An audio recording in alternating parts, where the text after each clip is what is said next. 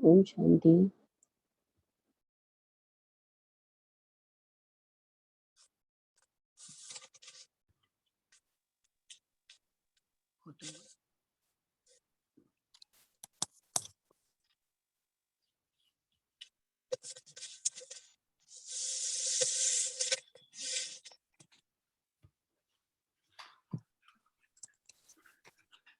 ओम शांति। ओम शांति।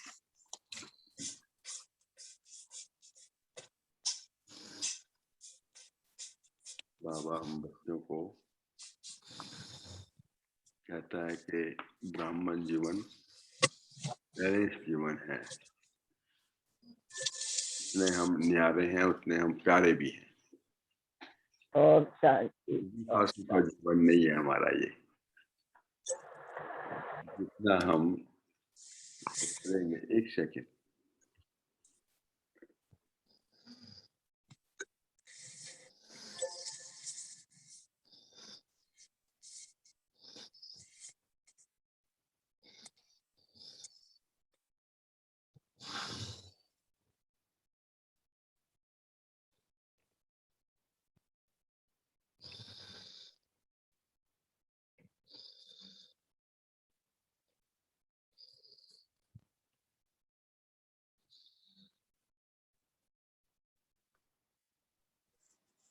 बाबा हम बच्चों को कहते हैं, बच्चे ये तुम्हारा ब्राह्मण जीवन जो है बहुत बैलेंस जीवन है, रूखा सूखा जीवन नहीं है।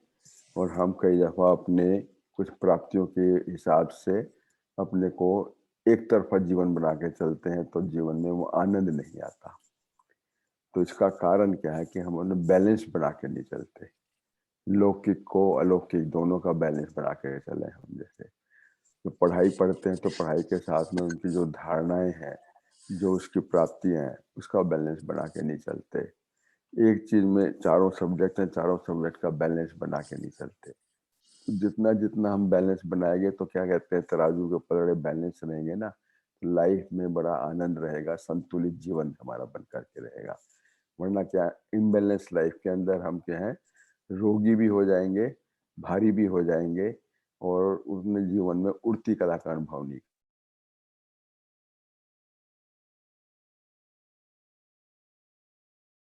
कहते हैं कि निमित्त और निर्माण का भी बैलेंस बना के चलना है।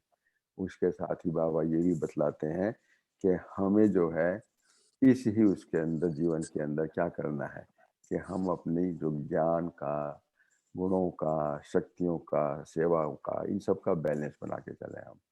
तो जितना हम बैलेंस बनाएंगे उतने हम हल्के रहेंगे, अर्थात हम ब्राह्मण सो फरिश्ता बनेंगे, उड़ती कला। अब डबल लाइट फरिश्ता बोलते हैं, तो डबल लाइट का मतलब क्या है कि इधर से हम न्यारे हैं, उधर से हम प्यारे भी हैं। और न्यारे के साथ भी क्या है, उधर हम निभा भी रहे हैं, लेकिन ट्रस्टी होकर के निभा रहे हैं, निमित्तपन के भाव से, निर्माणता के करते हुए। तो बाबा आज बड़ी सुंदर रीति से आज हमें ये सब क्लियर करेगा कि इस बैलेंस रखने से कैसे हमारे को ब्लेसिंग लाइफ की प्राप्ति होती है। तो आज की मुरली है 7 मई 84 की, 7/5/84, 84। बैलेंस रखने से ही ब्लेसिंग की प्राप्ति।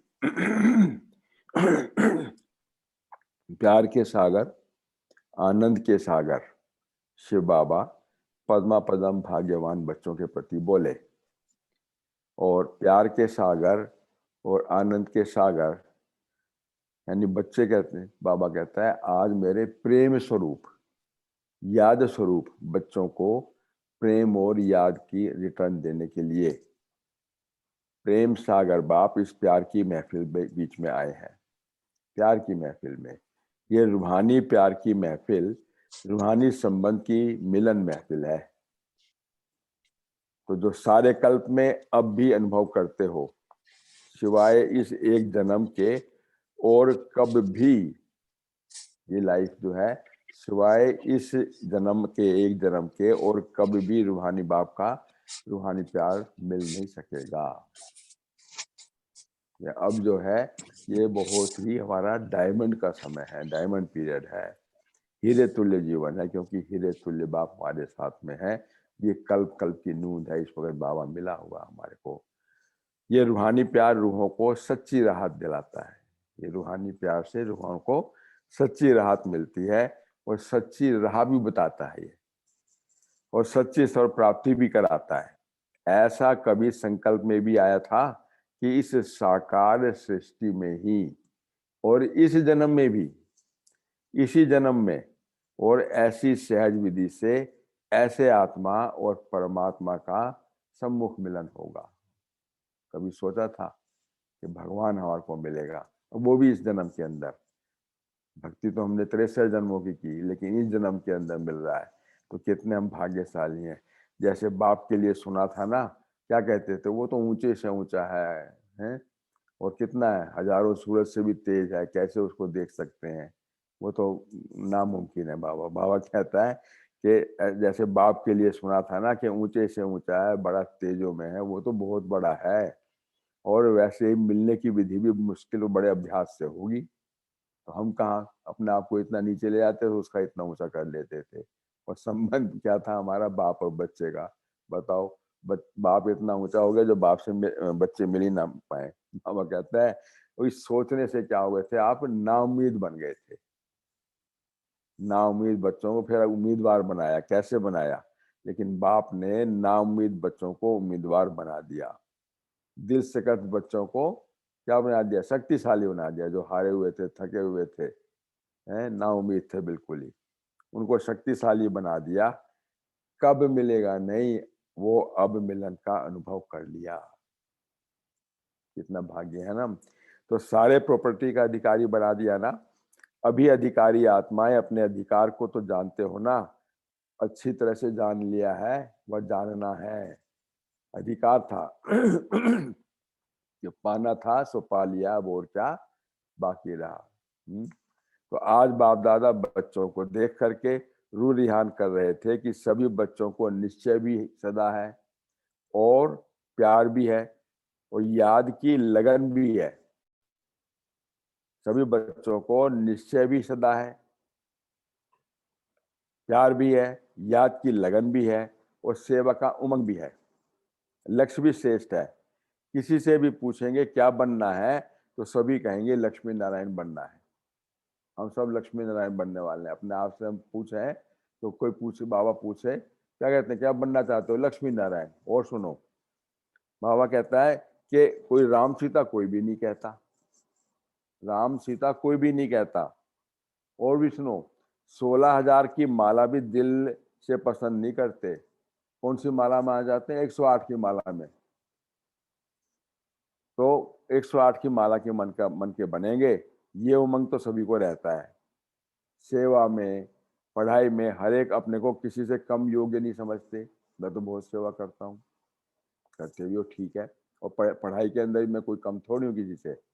फिर भी सदा एक रस स्थिति, जब इतनी प्राप्ति है तो फिर सदा एक रस स्थिति, सदा उड़ती कला की स्थिति, सदा एक में समाये हुए, देव देह की अल्पकाल की प्राप्तियों के लिए सदा न्यारे। तो विनाशी शुद्ध बुद्ध भूले हुए हो, फिर ऐसी सदा की स्थिति अनुभव करने में नंबरवार क्यों हो जाते हो? क्यों नंबरवार हो जाते हैं, ये क्यों? तो बाप दादा इसका विशेष कारण देख रहे थे। क्या कारण देखा? वो एक ही शब्द था। वो कारण जानते हो? सब कुछ जानते हो, सब कुछ प्राप्त भी है, विधि का ज्ञान भी है, और सिद्धि का भी ज्ञान है, कर्म और फल का भी ज्ञान है, लेकिन सदा बैलेंस में रहना नहीं आता। बैलेंस में रहना नहीं। तो ये ईश्वरीय बैलेंस की ईश्वरीय नीति, ये ईश्वरीय बैलेंस की ईश्वरीय नीति समय पर निभाना नहीं आती। इसलिए हर संकल्प में, हर कर्म में बाप दादा तथा सर्वश्रेष्ठ आत्माओं की श्रेष्ठ आशीर्वाद, ब्लेसिंग प्राप्त नहीं होती। बैलेंस की ईश्वरीय नीति से वो नहीं जानने के कारण, निभाने के कारण इम्बैलेंस हो जाता है। मेहनत करनी पड़ती है, फिर सहज सफलता अनुभव नहीं होती। किस बात का बैलेंस भूल जाता है। अब कौन कौन से बैलेंस बता रहा है? जो इम्पोर्टेंट बैलेंस है, बैलेंस तो सारी उस जीवन के अंदर है, लेकिन बाबा खास खास बैलेंस बता रहा है।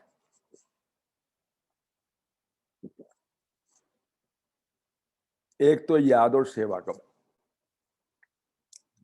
करते हैं ना, जब सेवा करते हैं तो बड़े शारीरिक शक्ति के साथ में खूब सेवा करेंगे।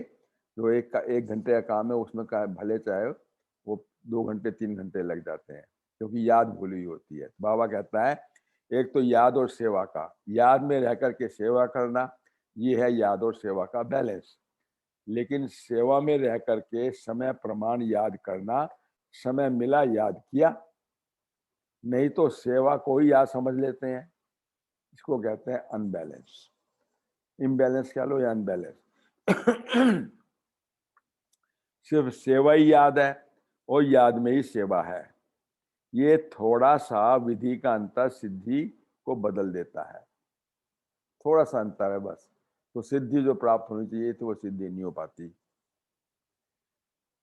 तो फिर जब रिजल्ट पूछते हैं कि याद की परसेंटेज कैसी रही, तो क्या कहते हैं, सेवा में इतने बिजी थे कोई भी बात याद नहीं थी और समय ही नहीं था। कहते सेवा भी बाप की ही थी।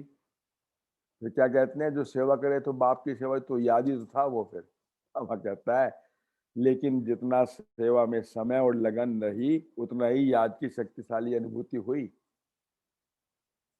जितना आपने फिजिकल एफर्ट किया तो उतना अब आपको इतनी प्राप्ति हुई।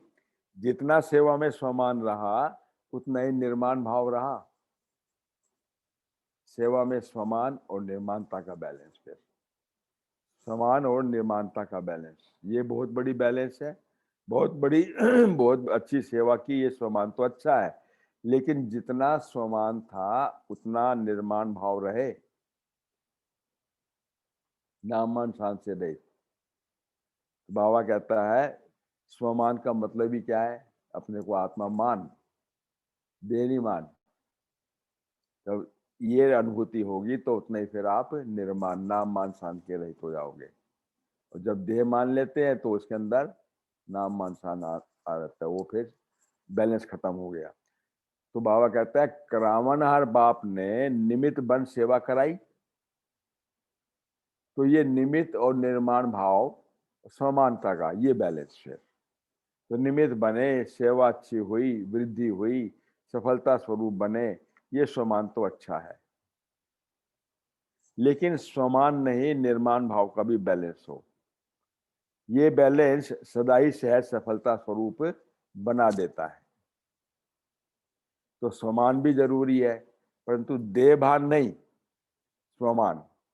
तो स्वमान और निर्माणता दोनों का बैलेंस ना होने के कारण देह अभिमान में बदल जाता है स्वमान, फिर मैंपन। सेवा हुई, सफलता हुई, ये खुशी तो होनी चाहिए ना। वाह बाबा, आपने निमित्त बनाया और मैंने नहीं किया ये, तो ये मैंपन स्वमान को देह अभिमान में ले आता है।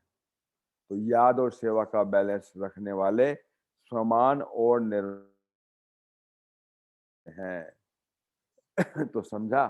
बैलेंस किस बात में ऊपर नीचे हो जाता है, तराजू के पकड़े ऊपर नीचे हो जाते हैं ना। तो ऐसे ही फिर हम कौन है, जिम्मेवारी के ताजधारी। ताज पहना हुआ ना, कौन सा ताज पहना हुआ हमने, पवित्रता का ताज और जिम्मेवारी का ताज। जिम्मेवारी यानी सेवाधारी का ताज। तो जिम्मेवारी के ताजधारी होने के कारण हर कार्य में जिम्मेवारी भी पूरी निभानी है। हर कार्य में अंडरलाइन कर लो ये, लौकिक और अलौकिकता का बैलेंस। लौकिक प्रवृत्ति और अलौकिक प्रवृत्ति, इनका बैलेंस। तो बाबा कहता है चाहे ईश्वरीय सेवा की प्रवृत्ति हो, दोनों, चाहे अलौकिक प्रवृत्ति है, चाहे ईश्वरीय चाहे लौकिक, तो इन प्रवृत्ति को अपनी अपनी जिम्मेवारी निभाने में जितना न्यारा रहोगे उतना प्यारा है। ये बैलेंस हो गया, न्यारापन भी और प्यारापन भी। तो न्यारापन इससे, लौकिकता से, और प्यारापन अलौकिकता यानी भगवान से, परमात्मा से। तो हर जिम्मेवारी को निभाना ये भी आवश्यक है, लेकिन जितनी भी बड़ी जिम्मेवारी उतना ही डबल लाइट। देखा आपने, जो हमारे यज्ञ के अंदर प्रमुख हुए, दादियां, बड़े भाई बहन जो हुए, कितने जो है न्यारे प्यारे होकर के किया। और सबसे बड़ी एग्जाम्पल हमारे आगे क्या थी, ब्रह्मा बाबा जगदम्बा माँ सरस्वती हमारी दादियाँ कितने वो न्यारे प्यारे होकर के कितने रहे ना तो जिम्मेवारी निभाते हुए भी जिम्मेवारी के बोझ से न्यारे इसको कहते हैं बाप का प्यारा। भारीपन नहीं, बिल्कुल हल्का, खुशी खुशी के अंदर, यानी डबल लाइट जिसे बोले। घबराते नहीं कि क्या करूं, बहुत जिम्मेवारी है, ये करूं या नहीं करूं।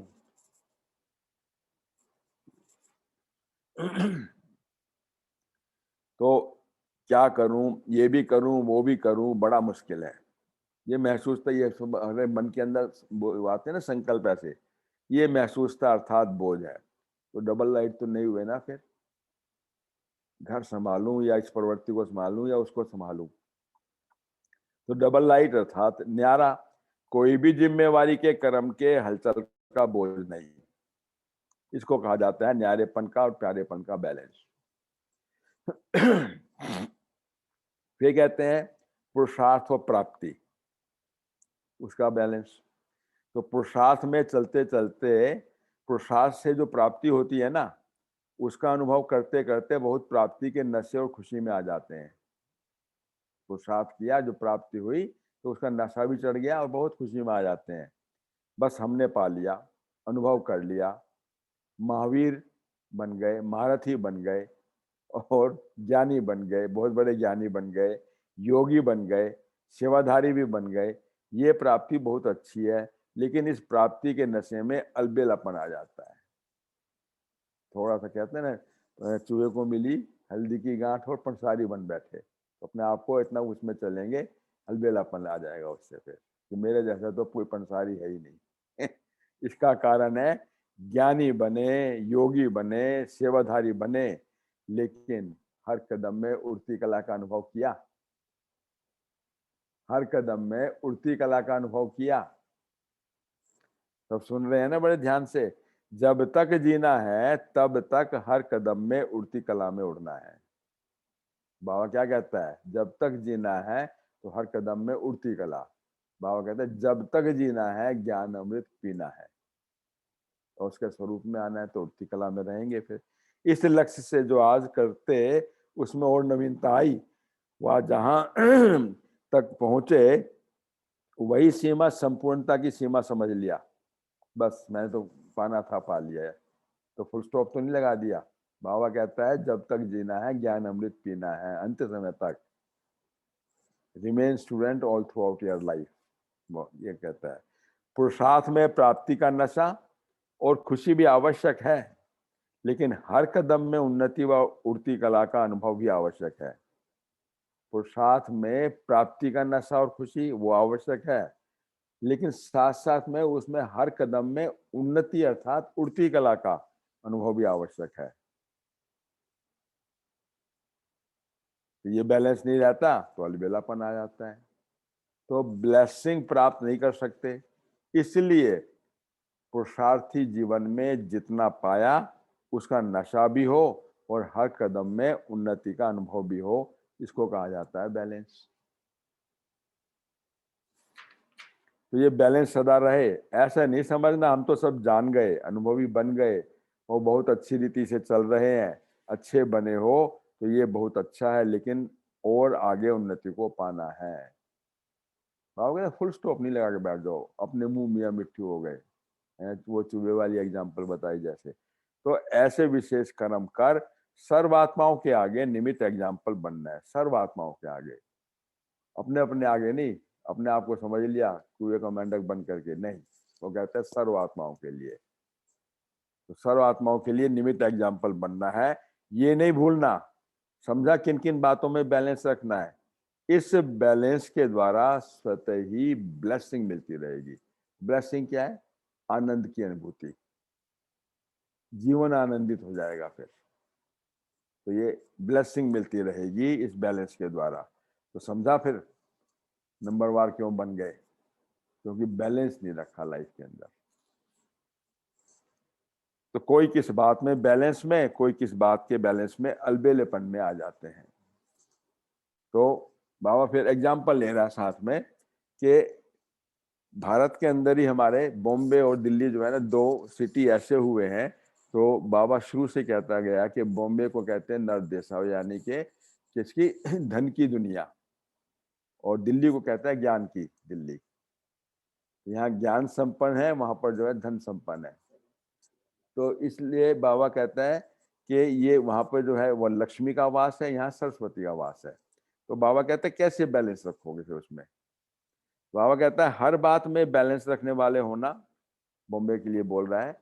बैलेंस की कला में होशियार होना। बैलेंस भी एक कला है, इस कला से संपन्न हो। बॉम्बे को कहा जाता है संपत्ति संपन्न देश, लक्ष्मी का संपन्न देश। तो बैलेंस की संपत्ति और ब्लेसिंग की संपत्ति में समान हो। बैलेंस रखा, बैलेंस की संपत्ति और ब्लेस की संपत्ति इसमें समान हो। तो नरदेशावर का मतलब धन की वो। तो बॉम्बे वालों की क्या विशेषता है? तो बॉम्बे में मल्टी मिलियनर्स बहुत है ना, क्या करना फिर? ऐसी आत्माओं को यह अनुभव कराना आवश्यक है कि रूहानी अविनाशी पद्मा पदमपति सर्व खजानों की खानों के से मालिक क्या होता है, ये उनको अनुभव कराओ। धन का तो मालूम पड़ गया, लेकिन हम क्या बाबा कहता है अविनाशी पद्मा पदमपति सर्व खजानों के मालिक, इसमें आपको बैलेंस रखना है। उसके साथ में इसका बैलेंस।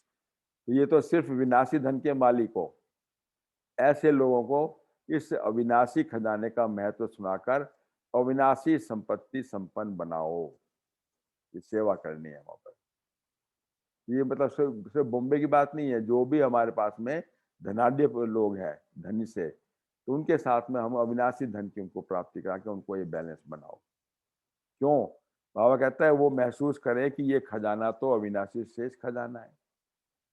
ये महसूस क्यों? अभी ऐसी सेवा कर रहे हो ना, तो संपत्ति वालों की नजर से में ये अविनाशी संपत्तिवान और आत्मा श्रेष्ठ है, ऐसा अनुभव करें वो कि हम भले संपत्तिवान हैं, लेकिन ये बच्चे जो है इतने अविनाशी धन से संपन्न है कि ये ऐसी संपन्न हम ऐसा संपन्न बने। तो समझा? ऐसे नहीं सोचना कि इन्हों का पार्ट तो है नहीं। बाबा अब क्या कहता है? हम ये सोच के बैठते हैं ये तो समझेंगे नहीं। नहीं, बाबा कह रहा है अंत में इन्हों के भी जागने का पार्ट है। आज ये अंडरलाइन कर रहा है, कहने ये जो धनाढ्य पुरुष है ना वो कुछ नहीं समझेंगे। बाबा कह नहीं, अंत में इन्हों के जागने का पार्ट है। संबंध में तो नहीं आएंगे, लेकिन संपर्क में आएंगे लोग। संबंध में तो नहीं आएंगे, संपर्क में आएंगे। यानी योग ये क्या होंगे? सहयोगी तो बनेंगे, सहयोगी भले ना बने। तो बाबा के संपर्क में तो आएंगे। और इसलिए अब ऐसी आत्माओं को भी जगाने का समय पहुंच गया है। तो जगाओ, धनी पुरुषों को जगाओ, सेवा करो, बैलेंस बनाओ। तो जगाओ और खूब अच्छी तरह से जगाओ, क्योंकि संपत्ति की नशे की नींद में सोए हुए हैं वो अलबेले होकर के सोए हुए हैं। तो नशे वालों को तो बार बार जगाना पड़ता है ना।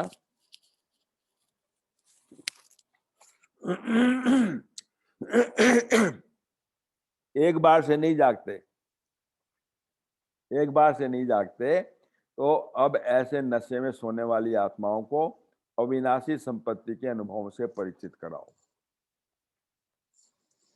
समझा? तो ऐसे माया को, जब मायाजीत बने हो, माया मतलब बाबा उसको ले रहा है दूसरा के को प्राप्ति होती है। ऐसे मायाजीत बने हो, इस माया को समुद्र में डाल दो।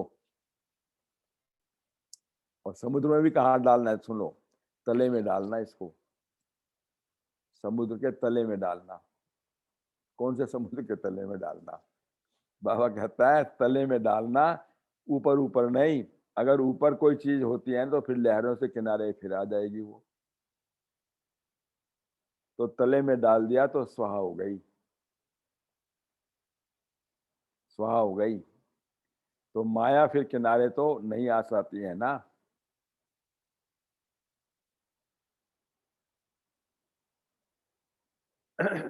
तो बाबा कहता है इसलिए हर गुण के प्रैक्टिकल स्वरूप एग्जाम्पल बनो। कौन सा गुण? फिर कह रहा है सरलता जीवन में देखनी हो तो इस सेंटर में जाकर के देखो, सहनशीलता देखनी हो तो इसमें जाकर के देखो। ये सरलता और सहनशीलता का बैलेंस। तो ऐसी कमाल करने वाले हो ना, तो ये डबल रिटर्न करना। तो ये भी आप लोगों को मालूम होगा कि बॉम्बे के अंदर जगदम्बा माँ की पालना और दूसरा ब्रह्मा बाप की विशेष पालना का पाठ चला था शुरू शुरू के अंदर। तो जगदम्बा माँ की पालना भी बॉम्बे वालों को विशेष मिली, तो बॉम्बे को इतना रिटर्न करना पड़ेगा। हर एक स्थान, हर एक विशेष आत्मा द्वारा बाप की माँ की विशेष आत्माओं की विशेषता दिखाई दे, ऐसा रिटर्न करना। बाप के घर में आए, वो अपने घर में आए, भले पधारे, आपका वेलकम है। तो ऐसे सदा बच्चों को देख करके बाबा हर्षित होते हैं। एक एक बच्चा विश्व का दीपक है, सिर्फ कुल दीपक नहीं, विश्व का दीपक। हर एक विश्व के कल्याणार्थ निमित्त बने हुए हैं। तो विश्व के दीपक हो गए ना सबके सब। तो कुल के दीपक, तो बेहद के कुल के दीपक कहो व विश्व के दीपक कहो, सदा जगे हुए दीपक, टिमटिमाने वाले नहीं। टिमटिमाते हो तो आंखें खराब हो जाती हैं। सदा जगे हुए दीपक। फिर बाबा इसका सुंदर हमारे आगे एग्जाम्पल दे रहा है। जैसे हमारी दादियां हैं, जो हमारे महारथी भाई बहन है, तो उनके बारे में बताते हैं। सभी ताजधारी रतन है ना, बैलेंस की एग्जाम्पल बताया कितनी अच्छी रीति से। सब अच्छी तरह सुन रहे हैं ना कि बैलेंस के ऊपर चल रही है सारी ये बात। तो जी। हाँ, तो सब अपने बहुत सुंदर हमारा ही चित्रण कर रहा है बाबा कि सभी ताजधारी रतन है ना। तो जितना बड़ा ताज उतना हल्के, जितने बड़ी जिम्मेवारी उतने हल्के। क्यों? कौन है? करण करावण हार, वो करवा रहा है, मैं तो निमित्त हूँ, बस हल्के हो गए बिल्कुल। तो जाके मैं कर रहा हूँ तो वहां फंस गए, तो बैलेंस खत्म हो गया ना। तो किसका हुआ? आत्मा और शरीर का बैलेंस। आत्मा और शरीर का बैलेंस है ना। संगम युग पे कितने बैलेंस रखने होते हैं? फिर आत्मा और परमात्मा का बैलेंस। फिर है मर्जीवा ब्राह्मण और फरिश्तापन का बैलेंस। तो फरिश्ता सो देवतापन का बैलेंस। कितना बैलेंस है? बाबा कहता है सभी ताजधारी रतन है ना ये, तो सदा जितना बड़ा ताज उतना हल्के से हल्के। तो ताज का होता है, एक तो जिम्मेवारी का ताज होता है, एक होता है रतन जड़ित ताज जो पहन के बैठने में, उतारने में, सोने में दिक्कत आती है, और जो है अंदर से आत्मा सुसज्जित ही हो। तो ऐसा ताज धारण किया है। इस ताज को धारण करने, हर कर्म करते हुए भी ताजधारी रह सकते हो। तो जो रतन जड़ित ताज होगा ना, वो फिर भी मान धारण करते हैं और उतारते हैं। लेकिन ये ताज ऐसा है जो उतारने की आवश्यकता ही नहीं है। सोते हुए भी ताजधारी और उठते हुए भी ताजधारी है, ऐसा अनुभव। हम कौन है? मर्जीवा ब्राह्मण है ना। तो वो मर्जीवा ब्राह्मण तो पूरे संगम युग के मर्जीवा ब्राह्मण हो गए ना अब तो। ये तो नहीं है भाई आप थोड़ा सा है वहां जाके हम दूसरे हो जाएंगे, नहीं। तो ताज हल्का है ना, कभी भारी तो नहीं होता। नाम बड़ा, वजन हल्का है, सुखदाई ताज है ये। जो कितने सुंदर चित्रण करने वाला अभी। सुखदाई ताज है, खुशी देने वाला ताज है। और ऐसा ताजधारी बाप बनाते हैं जो जन्म जन्मांतर ताज मिलता रहता है। 21 जन्मों के लिए, 21 जन्मों के लिए हमारी ताजपोशी हो रही है। ये बाबा बताता है कि जन्म जन्म का ताज मिलता है। ऐसे ताजधारी बच्चों को देख बाप दादा तो हर्षित होते हैं। तो बाप दादा ने ताजपोशी का दिन अभी से मना करके सदा ही रस्म का नियम बना दिया। संगम युगी हम ताजधारी, और फिर क्या होंगे? पूरे 21 जन्म हमारे पर ताज रहेगा। तो ताजपोशी कर दी ना हमारी, हो गई ताजपोशी सभी की, हैं सब हो गए, श्रृंगारित है अपने आप के। तो रतन जड़ित ताज तो मिलेगा ही मिलेगा। अभी जो है संगम युग पर कितना सुंदर ताज मिल गया है। जिम्मेवारी के ताज के साथ साथ जो है हमारे को ये दिव्य गुणों का ताज सब हो गए सुसज्जित है। देखो शोभा बहन कितनी खुश हो रही है। तो बाबा कहते हैं और कितना वो बता रहा है बाबा, बाप दादा ने ताजपोशी का दिन अभिषेक मना करके सदा का रस्म नियम बना दिया। कैसे कि सतयुग में भी ताजपोशी का दिवस मनाया जाएगा, एक ही त्योहार होता है वहां बस। सतयुग के अंदर ताजपोशी का दिवस होता है, करुणे संडे। तो जो संगम पर ताजपोशी दिवस मनाया, उसी की ही यादगार अविनाशी चलती रहेगी। सबको मालूम है ना, अभी जो हम ताजपोशी होती है वो वहां पे कोई और फेस्टिवल नहीं होते सतयुग के अंदर, यही ताजपोशी का दिवस होता है वहां पर। तो बाबा कहता है स्वयं बाप आकर के वतन में से वानप्रस्थ हुए ना, बाप मतलब ब्रह्मा बाप क्या हुए, यहाँ से साकार वतन से वानप्रस्थी हो गए और अव्यक्त वतन में सेवाधारी हैं। लेकिन साकार वतन से तो वानप्रस्थ हुए ना, साकार वतन से वानप्रस्थ हो बच्चों को ताज तखत दे दिया। सबको दे के गए ना, जितना भी ताज तखत था सब बच्चों को दे गया और स्वयं अव्यक्त वतन में चले गए। तो ताजपोशी का दिन हो गया ना फिर वो 18 जनवरी को जब गए तो क्या हुआ, वो सारी जिम्मेवारी जितनी भी जो होती सब जो है उनके हाथ में, दादियों के निमित्त उनके हाथ में चले गए, दे गए। तो स्मृति सो समर्थी दिवस बन गया वो, और समर्थी सब भी जिम्मेवारी दे करके चले गए। तो ताजपोशी हो गई ना फिर। तो विचित्र ड्रामा है ना ये कितना। अगर जाने के पहले बताते ना तो वंडरफुल ड्रामा नहीं होता, ऐसे विचित्र ड्रामा हुआ वो, सहज रीति से दिया और उपराम, जिसका चित्र नहीं खींचा जा सकता। तो विचित्र बाप का विचित्र पार्ट है, जिसका चित्र बुद्धि में संकल्प द्वारा भी नहीं खींच सकते हो, इसको कहते हैं विचित्र। तो इसलिए विचित्र ताजपोशी हो गई ना। बाप दादा सदा महावीर बच्चों को ताजपोशी करने के लिए ताजधारी रूप स्वरूप में देखते हैं। हम सब ताजधारी स्वरूप में बाबा बच्चों हमको देखता है। साथ देने में नहीं छिपे, लेकिन साकार दुनिया से छिपकर अव्यक्त दुनिया में उदय हो गए। साकार दुनिया से छिपकर अव्यक्त दुनिया में उदय हो गए।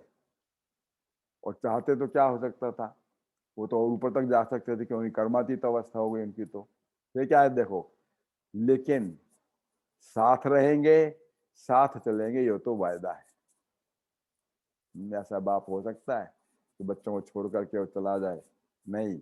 मैं अभी भी क्या हूँ, अव्यक्त वतनवासी हूँ, इसलिए अपने बच्चों को सुसज्जित कर रहा हूँ, श्रृंगारित कर रहा हूँ कि मेरे साथ फिर चलेंगे और हम ये वायदा है मेरा, ये वायदा कभी छूट नहीं सकता। इसलिए तो ब्रह्मा बाप इंतजार कर रहे हैं ना, नहीं तो कर्मातीत बन गए थे तो जा सकते हैं, बंधन तो नहीं है ना उनको कोई। लेकिन हाँ, एक स्नेह का बंधन है, स्नेह का बंधन है, रूहानी स्नेह का बंधन है ना। मेरे साथ मेरे बच्चे चलेंगे साथ में, स्नेह के बंधन के कारण, साथ चलने का वायदा निभाने के कारण बाप को इंतजार करना ही है, साथ निभाना ही है और साथ चलना ही है। और ऐसा अनुभव है ना। अच्छा, हर एक विशेष है ना, फिर विशेषता तो एक एक की वर्णन करें तो कितनी हो जाएगी। मेरे बच्चे हैं, हर एक बच्चे में कोई विशेषता है। बाबा कहता है चाहे कितना भी डाउन ट्रोडन हो, कोई भी आत्मा कितनी डाउन ट्रोडन हो, गरीब से गरीब हो, भिखारी भी हो, कहने उसमें भी एक गुण होगा। आफ्टर ऑल क्यों होगा एक गुण, है तो बाप के बच्चे ना सब, तो उस गुण को देखो फिर। तो विशेषता एक एक की वर्णन करें तो कितनी हो जाएगी, माला बन जाएगी। इसलिए दिल में ही रखते हैं, वर्णन नहीं करते हैं। फिर वरदान देता बाबा, हम सभी के लिए है ये, जो रोजाना सुनते भी हो, कहते पता नहीं ऐसा क्यों बोलते हैं। बाबा क्लियर कर रहा है, अमृत वेला सदा शक्तिशाली रहता है। पूछ रहा है सभी से, अमृत वेला देखो, जो उमंग उत्साह के अंदर एकदम हाथ खड़ा हो गया सुनते ही, हाँ जी बिल्कुल तैयार है। देखो ये देखो कितने हाथ उठ गए एकदम। अमृत वेला सदा शक्तिशाली रहता है, अमृत वेला शक्तिशाली है तो सारा दिन शक्तिशाली रहेगा। ये वरदान है और चेकिंग भी है साथ में।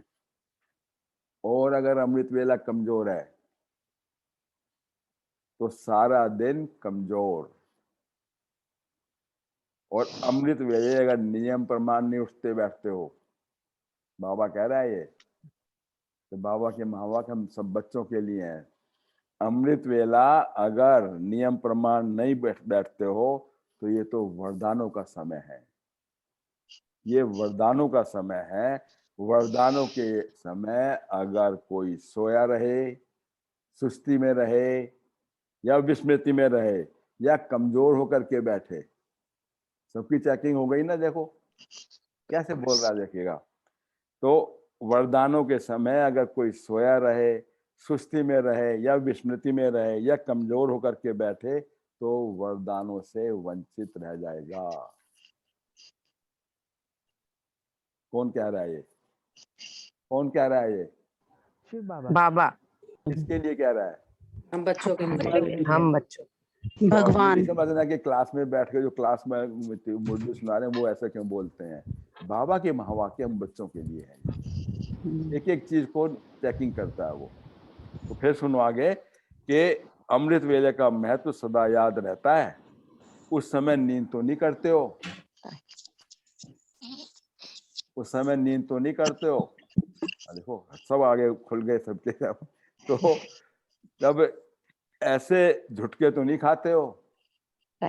सूक्ष्म चेकिंग हो रही है। देखो डॉक्टर शीला बहन भी आ गई, होम्योपैथिक डॉक्टर है हमारी। तो वो कहते हैं, उन्होंने पूछते हैं कैसे बैठते हो, कैसे कहते हो, बहुत शांति में पूछेंगे ना, बहुत शांति, आज तो बड़ा अच्छा योग लगा। अब उसकी एग्जाम्पल और आगे सुनो क्या कहता है। तो ऐसी चेकिंग करो कि कभी भी जब घुटके खा रहे हैं मैं बहुत शांति में रहे, कभी भी शक्तिशाली स्टेज के बीच में ये माया तो नहीं आ जाती है। माया था नींद की माया, सुस्ती की माया। तो जो शक्तिशाली है उसके आगे माया कमजोर हो जाती है। शक्तिशाली अर्थात बाप के स्मृति स्वरूप, मैं मास्टर सर्वशक्तिमान कंबाइन, उसके आगे माया फिर हार खारी हुई है। तो एक तो हम संकल्प करें कि मैं जो हूँ अमृत मेरा अमृत वेला बहुत पावरफुल होगा जब मैं कंबाइन स्वरूप की स्मृति में होऊंगा। बाप और मैं कंबाइंड हूँ। माया को क्यों कंबाइन करके बैठते हैं, तो फिर नींद आएगी। तो बाबा कहता है ये अमृत वेला सदा शक्तिशाली रहता है। पूछो। तो दूसरा वरदान है युगलों से, जो मैरिड कपल प्रवृत्ति मार्ग में रहने वाले हैं उनके लिए बता रहा है बाबा। बहुत सुंदर वरदान है, सुनो इसको। सदा प्रवृत्ति में रहते, इस वृत्ति में रहते हो, परवृत्ति, परवृत्ति यानी न्यारेपन की वृत्ति जो होती है। कल सुने थे ना कितनी वृत्ति, वृत्ति से क्या हुई थी है, वृत्ति से क्या बना था, फाउंडेशन था ना, उससे फिर वृक्ष बना और वृक्ष से फिर फल मिला हमारे को। हुए थे ना कितनी सुंदर बाबा कल मुरली चलाई थी। तो बाबा की छिपे बता रहा है वृत्ति में रहते हो और हम न्यारे और सदा बाप के प्यारे। तो यही वृत्ति सदा प्रवृत्ति में रहती है। यानी वैसे प्रवृत्ति को परवृत्ति डिवाइड कर दो, उसको परवृत्ति कह सकते हो। पर माना न्यारे, और प्रवृत्ति में रहते प्रवृत्ति के बंधन से परे, अर्थात परवृत्ति या न्यारे और प्यारे। तो न्यारापन हल्कापन हो जाएगा, प्यारापन बाप के साथ में, और सबका प्यारा भी, यानी सन्यासी नहीं बन जाए, मुख ना मोड़ला वहां से बिल्कुल, उधर का भी प्यारा। देखो हमारे सामने एग्जाम्पल है ना, कौन है हमारे सामने, अमृत वेले योग किसने कराया आज, शिक्षा दीदी है ना एग्जाम्पल हमारे आगे। फिर और इनकी तो आपने अनुभव सुन भी रखा हो, कितनी बड़ी प्रवृत्ति है इसकी। बाबा यही कहता है पर माना न्यारे, ऐसे बंधन मुक्त बन प्रवृत्ति के कार्य को निभाने वाले होना। बंधन में बंधने वाले नहीं, लेकिन बंधन मुक्त होकर के कर्म करने वाले। मन का भी बंधन नहीं, मन का भी बंधन नहीं, क्यों, मन से क्या होगा, मन मना भाव। तो एक है तन का बंधन और दूसरा है मन का बंधन, तीसरा है संबंध का बंधन, चौथा है व्यवहार का बंधन। ये बंधन है ना। तो सब बंधनों से मुक्त उपराम, हल्के हो जाओ ना। सर्व बंधन बाप से, तो अपना आप हल्का कर देता है फिर वो। तो कहते हैं न्यारे और प्यारे भी रहना है, रहना भी है, लेकिन न्यारे प्यारे। तो निर्बंधन आत्मा बंध नहीं सकती, सारे बंधन लगन की अगन में भस्म करने वाले। लगन की अगन है ना, फिर अग्नि में जो चीज डाल देते हो तो क्या हो जाती है, भस्म हो जाती है ना। तो ऐसी बंधन मुक्त आत्मा उड़ने के सिवाय रह नहीं सकती। जब उसकी याद में है, स्नेह के बंधन में है। बाबा ने कहा ना कि सारा संसार क्या है, बाबा संसार है। संसार में क्या प्राप्ति होती है, स्नेह संबंध, यही होती है ना। स्नेह है तो उससे संबंध, जब स्नेह होगा तो यानी याद भी है, तो संबंध भी हो गया तो प्राप्ति भी होगी इससे। तो बाबा ही संसार हो गया ना। तो बाबा यही कहता है, ऐसी बंधन मुक्त आत्मा उड़ने के सिवाय रह नहीं सकती। तो बंधन तो फंसाता है और निर्बंधन उड़ता है। तो बंधन का पिंजरा खुला तो पंछी उड़ेगा ना। कोई कितना भी गोल्डन पिंजरा लेकर के आए, बहुत सुंदर एग्जांपल बता रहा है बाबा। कोई कितना भी गोल्डन पिंजरा लेकर के आए, उस पिंजरे में फंसने वाले तो नहीं हो। अब फिर बाबा चेक कर रहा है कि माया सोने का रूप धारण करके आ जाती है अमृत वेले। माया सोने का रूप धारण करके आ जाती है अमृत वेले। और देखो अमृत वेले नींद कितनी अच्छी आती है ना। बाबा कहते हैं सोने के पिंजरे में फंस जाते हो फिर। और सीता किसमें फंसी थी, सोने के हिरण में तो फंसी थी ना। और रावण पकड़ के ले गया फिर उसको। तो बाबा कह रहा है कि सोना माना आकर्षण करने वाला। तो यादगार में भी दिखाते हैं ना, सोने का हिरण बन करके आ गई और फंस गई माया, आत्मा रूपी माया फंस गई उसमें। सोने का हिरण तो अच्छा नहीं लगता, फिर अब आज से कैंसिल, ठीक है, सोने का अब कैंसिल कर दो। जब उड़ता पंछी हो गए तो सोना हो या हीरा हो, लेकिन पिंजरे के पंछी तो नहीं होना फिर अब। फिर बाबा कहता है वरदान अधर कुमारों के लिए भी। अधर कुमार यानी बाबा जो भी कह रहा है सब वरदान हम बच्चों के ही लिए है। डिफरेंट डिफरेंट उसके अंदर। सदा अपने को विजय का तिलक लगाए हुए आत्मा समझते हो। विजय का तिलक सदा लगा हुआ है। क्यों? मैं मास्टर सर्वशक्तिवान हूँ, कंबाइन शिव शक्ति पांडव। विजय का तिलक तो हमेशा हो गया। और कल्प कल्प की विजयी आत्मा हूं, तो कभी मिट तो नहीं जाता। माया कभी मिटा तो नहीं देती है। रोजाना अमृत वेले इस विजय के तिलक को स्मृति के द्वारा ताजा करो। वहां रे मैं, वहां मेरा भाग्य है, वहां मेरा बाबा। ये मैं कल कल की विजयी आत्मा हूं।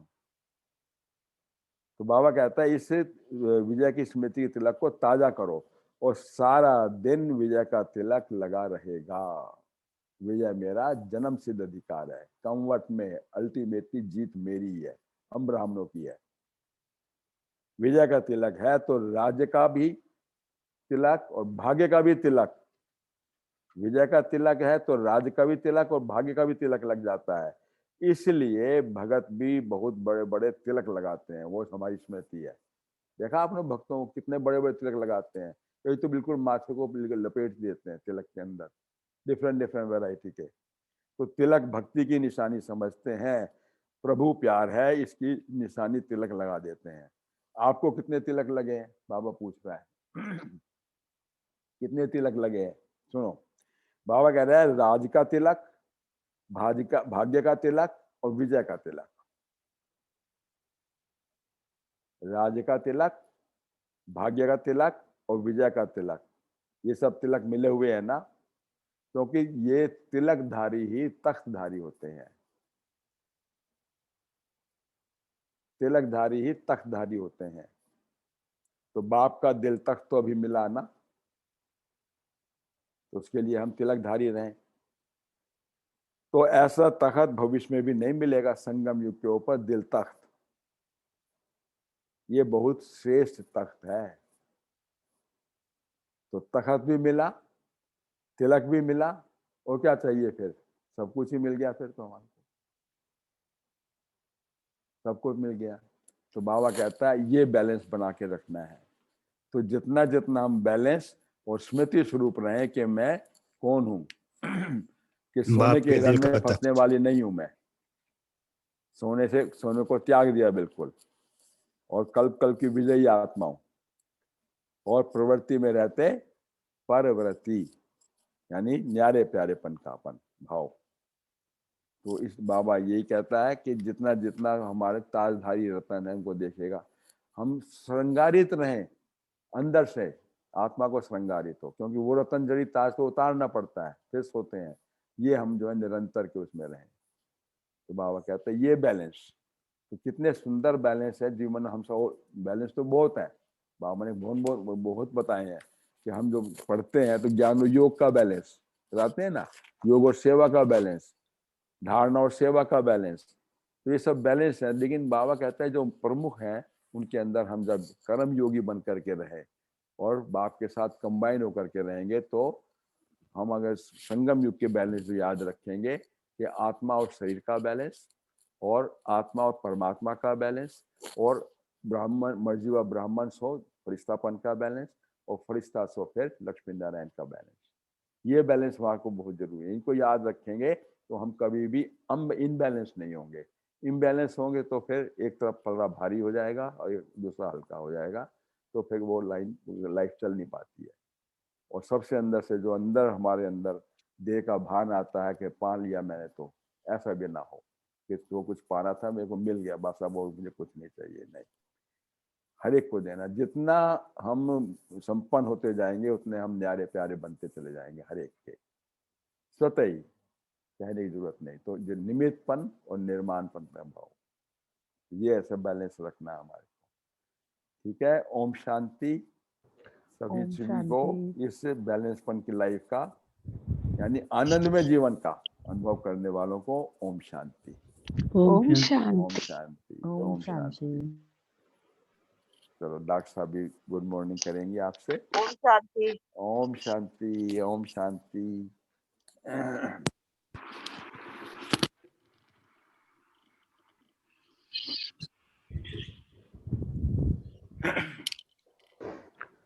ओम शांति। गुड ओम morning. Good morning, god morning. God morning.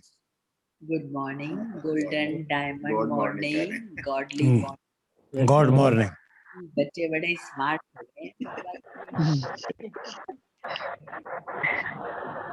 तो बाबा कितना बैलेंस रखने से ही सुख की प्राप्ति। जब बच्चे बैठते हैं ना, तो जब उनका आपस में बैलेंस होता है, एक भारी हो एक हल्का हो, तो हल्का वाला जाके दूर पीछे बैठता है ताकि बैलेंस बना रहे। सी सॉ का जो गेम खेलते हैं, नहीं तो धाड़ से गिरता है एक, और फिर वो चिल्लाता है जब नीचे गिरता है। तो बाबा भी जिंदगी में हमें इस दुनिया से बाहर नहीं ले जाता, वो कहता है संसार में रहो लेकिन बैलेंस रखो। अगर तुम बैलेंस रखते हो तो तुम्हारे जीवन में ब्लिस होता है। ब्लिस माना आनंद की प्राप्ति, अतीन्द्रिय सुख की प्राप्ति होती है। और जब ब्लिसफुल लाइफ है तो भगवान की ब्लेसिंग्स के अधिकारी ऑटोमेटिकली बन जाते हो। तो बाबा ने बहुत ही सहज रीति से हम बच्चों को समझाया। कहाँ तो तुम सोचते थे भगवान प्राप्त करना, भगवान को जानना ही अप्राप्त वस्तु थी और लगता था मार्ग बड़ा कठिन है, लेकिन कितना सहज रीति हमने भगवान को पा लिया। अब पाकर भी अगर हम ये भी समझते हैं कि हम ज्ञानी भी बन गए, योगी भी बन गए, धारणा भी हो गई, सेवाधारी भी हैं, 108 की माला में भी हमको आना है, लक्ष्मी नारायण बनना है, हम सीताराम नहीं बनेंगे, लेकिन फिर भी गड़बड़ कहाँ होती है, उसका कारण क्या है? तो बाबा कहते बैलेंस नहीं रख पाते। तो पहला बैलेंस बाबा ने बताया याद और सेवा का बैलेंस। हम क्या करते, सेवा में चले जाते। बहुत लोग कहते हैं हमारा तो कर्मों में ही योग है, या योग ही कर्म है, बाबा को याद कर रहे हैं वही हम कर्म कर रहे हैं। नहीं, बाबा कहते कॉन्शियसली बाबा मेरा साथी है, कर्म करते तो योग से कर्म में भी कुशलता आती है। तभी कहते योग कर्मेषु कौशलम। तो बाबा को कॉन्शियसली कर्म करते हुए हमें याद करना है। तो याद और सेवा, और उसमें सबसे बड़ी बात है कि करावनहार करा रहा है, मैं निमित्त बनकर कार्य कर रही हूँ। तो उसमें अभिमान कभी नहीं आता है, नहीं तो अभिमान भी आता है, और अभिमान वाला अपमान करने में भी देरी नहीं करता। उसको स्वमान रहता है कि मैं कौन, आत्मा किसका, परमात्मा का। तो याद और सेवा का बैलेंस। फिर बाबा ने हमको कहा जिम्मेवारी निभाओ, जिम्मेवारी के ताजधारी बनो। अब जिम्मेवारी क्या है, लौकिक में हम रहते हैं तो वहाँ की भी जिम्मेवारी है, अलौकिक में है तो वहाँ की भी जिम्मेदारी है। लेकिन लौकिक और अलौकिक, या तो लौकिक में चले जाते हैं अपने बाल बच्चे अपने परिवार में, या अलौकिक में चले जाते हैं। लेकिन बाबा कहता है इसमें न्यारे और प्यारे, जितने तुम बाप के प्यारे बनोगे, है ना, बाप के प्यारे बनना माना कमल पुष्प के आसन पर बैठ जाना, तो न्यारा उतने ही तुम न्यारे बनते चले जाओगे। बाप के प्यारे और न्यारे बनो तो कार्य बहुत अच्छा, उसमें खुशी की प्राप्ति होगी।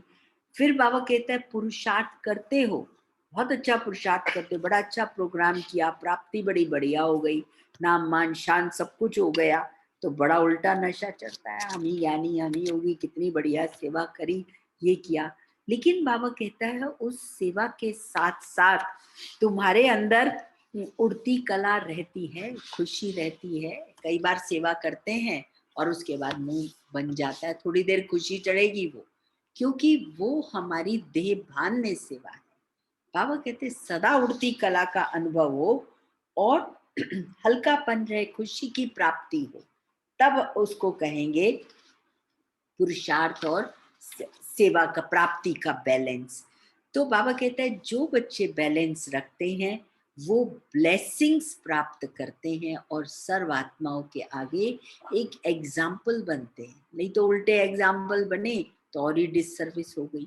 सो बाबा कहता है ऐसा एग्जाम्पल सेट करो जो उल्टा नशा ना तुमको चढ़ जाए। बाबा हमारे अभिमान से भी हम बच्चों को सेफ करता है।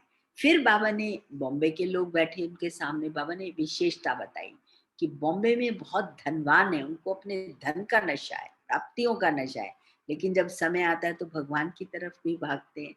तो बाबा कहते हैं कि उनको ऐसे अविनाशी पद्मपति सर्व अविनाशी खजानों के भी मालिक बनाओ। इस मालिकपन का भी उनको नशा बताओ कि जिसके पास अब हमारी प्राप्तियां चेहरे चलन से खुशी से दिखाई देती हैं, वैसे स्थूल की प्राप्ति नहीं है।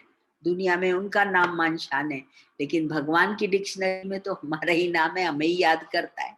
तो बाबा कहते हैं ऐसे अविनाशी धनाढ्य उनको भी ये टेस्ट कराओ, भले वो बाबा के बच्चे नहीं बनेंगे, संपर्क में वो अवश्य आएंगे। तो बाबा कहते हैं ये मत समझो तो धनवान है, सुनेंगे ही नहीं, ये कह के नहीं छोड़ देना, एंड में ये बच्चे भी आएंगे, उनको भी आप सुनाओ।